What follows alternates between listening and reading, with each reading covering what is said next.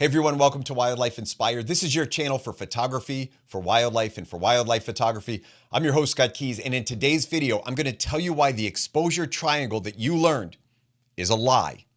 What should we really call it? And what's a real exposure triangle look like? Well, I'll tell you that right after this.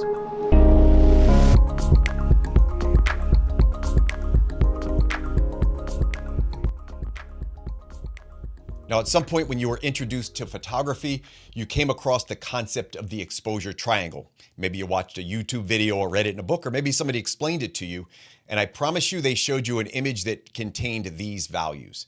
This is an exposure triangle. In fact, if you Googled what an exposure triangle looks like, it would tell you this. I even went into ChatGPT and I asked it for an exposure triangle, and it gave me the same values on this triangle.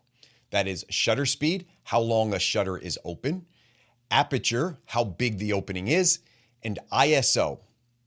And that's where we come into some problems, because this exposure triangle is a lie. This triangle doesn't define what exposure really is. I'm going to show you what a real exposure triangle looks like. I'm going to rename this triangle because it's still useful. And we're going to talk about a modification to both of those triangles by the end of this video. And I think it's going to make a lot of sense, but we got to start with what is exposure. Now, exposure is the total amount of light that reaches your camera's sensor or film during the process of capturing a digital image or a photograph. It is a physical value of light. And it's very important to understand that there are only three things that determine what your exposure is. There's only three factors that determine how much light gets to your camera's sensors. I'm going to pull up that exposure triangle that I told you is a lie. And then I'm going to talk about this idea of the exposure and the values that contribute to exposure. Two of them we have on this exposure triangle. Shutter speed contributes to exposure. Aperture contributes to exposure. The third value that we learned, ISO, does not. If we have a true, accurate exposure triangle, ISO would be replaced with ambient light, because there are only three factors that create an exposure: the amount of light in the scene and how much of that available light we let into the camera itself. We can control how much we let in through the aperture, how wide that opening is, and the shutter speed, how long we leave it open. But outside of those three factors, there is no other factor that contributes to true exposure. So how did we end up with ISO on our original exposure triangle? And to understand that, we need to understand what ISO is. And we also have to understand the difference between exposure and brightness. So let's start with ISO. What is that? ISO is simply a gain that is applied in the camera to boost the signal and make it brighter so we can see it. Think of this as a stereo knob. If we had a sound that was really hard to hear on our stereo or our radio, we had to turn the volume up and we still couldn't hear it. So we kept turning it up until the sound was at a volume that we could hear it. But in that process, we amplified the signal so much there was this hissing and cracking. There was an audible noise in the image. Think of gain the same way you think of that volume knob. But in the camera, it's going to boost the signal visually to make the scene bright enough to see. If the exposure didn't have enough light, the original exposure, that physical exposure, was too dark to see, ISO will compensate by boosting the signal, amplifying that, adding gain, and creating a brighter output. Let me make sense with two images over here. I'm going to put an image on the top that is probably going to look pretty dark, and I'm going to put an image on the bottom that is going to appear much brighter. Both of these images have the same exposure. It's a little bit tough to wrap your head around that if nobody's ever explained it like that. But these images were both captured with the same amount of light entering the scene. The bottom image is simply lighter because we applied more gain to it. I'll list the ISOs for the top and the bottom, and you can see that the ISO of the bottom figure is significantly higher, and that's because we boosted the signal. Along with that will come some digital noise. So ISO doesn't add light to a scene, and if it doesn't add light to a scene, it can't be part of exposure. It doesn't add light, it adds a boost to the signal to create a brighter image. It's not part of the exposure, It's a reaction to the exposure. And if that original exposure was too dark, it will simply brighten it up electronically. And if ISO isn't a part of exposure, it shouldn't be part of a triangle called the exposure triangle. A more accurate term for a triangle that includes ISO would be a brightness triangle. And it's not that this triangle has no value. In fact, it has a lot of value. There's a reason we use it in photography. It's just labeled wrong.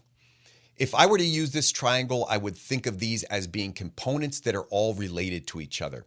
And the reason we've taught it in photography for so long is because they are all variables within the photographer's control. And that's why it's so important. If we adjust any of these variables, the photographer can still control the other variables to create a scene that is brighter.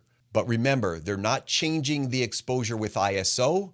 They're only changing the exposure with shutter speed and aperture, and they're using ISO to compensate when it gets too dark. So if we got rid of that badly named triangle, I would propose a different concept, and that would be a true exposure triangle. I would call this a triangle plus one, or a triangle in one. It sounds like a defense in basketball, but it's really a true exposure triangle, one that consists of shutter speed, aperture, and ambient light, the only three factors that contribute to exposure. And then it would have a plus one, the modifier being that ISO. I think this is a much more accurate representation of what occurs in a camera. The exposure, the triangle, modified by the ISO to create brightness. That is what an exposure triangle should really look like. Now, I wanted to make this video today to clear up a little bit of the confusion around some of the terminology involved here and tell you why this is probably a pretty poorly named triangle, even though it's so commonly accepted. In fact, it's so commonly accepted that I've used it in the past. Most people teaching it still teach this triangle, and we use the terminology in a way that it probably shouldn't be. I've certainly made that mistake in my past videos, and I'm going to try to clarify it in the future, but who knows, I probably will slip up and say brightness or exposure improperly, and if I do, I apologize in advance.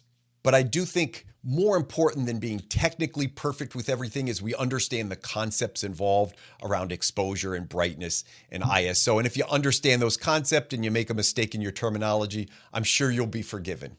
So if I were teaching this as a course and I wanted to make sure you knew the key concepts for the quiz at the end of the course, I would want you to make sure you understood the following. Exposure is determined by the amount of light that gets to the sensor or film. It's a physical process and it involves ambient light along with shutter speed and aperture. For a true exposure triangle, ISO should be replaced with ambient light, which is a critical part of exposure. And any triangle that includes ISO would be more accurately referred to as a brightness triangle. And while ISO is important to achieving image brightness, it is not a part of image exposure. Now, hopefully those key points came through in this video and it made sense to you. Let me know down in the comments if there's something I missed, but I'm hoping I nailed them all. If you're not subscribed to the channel, take a minute to hit that subscribe button, hit the bell for notifications, and the like button to push this content out to like-minded individuals.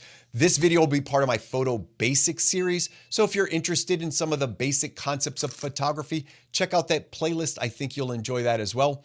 For my wildlife photography friends, thanks for tuning in today. And for my new viewers, I appreciate you joining. And as always, I hope we can continue to find inspiration in wildlife together. Creating memories starts long before the camera comes out.